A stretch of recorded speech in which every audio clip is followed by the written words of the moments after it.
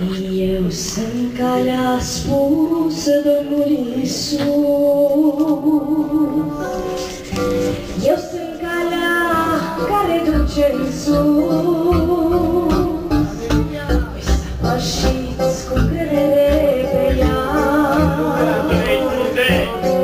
Chiar dacă adesea va fi grea, nu sunt numai flori pe cale, sunt și lacrime amare, trece adesea și prin încercări. Ca să ajungi la biruință, treci mereu prin suferință, neîncetat, n-ai să ajungi în cer. Ca să ajungi la biruință, treci mereu prin suferință, neîncetat, n-ai să ajungi în cer. Această cale nu străcer, nu e largă, însă duce în cer. Nici sunt adeseori pe ea, însă duce în patria sa.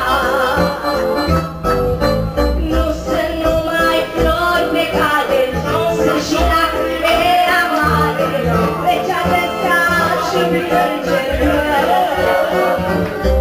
Dar ca să ajungi la biruință, treci mereu prin suferință, neîncetat, n-ai să ajungi în cer.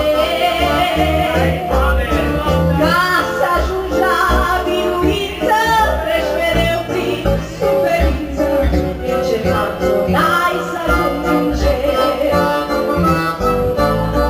Mai avem un singur cer de dor și la capă ne așteaptă Iisus. S-a dus să ne pregătească cer, loc să fim de-a pururea cu El.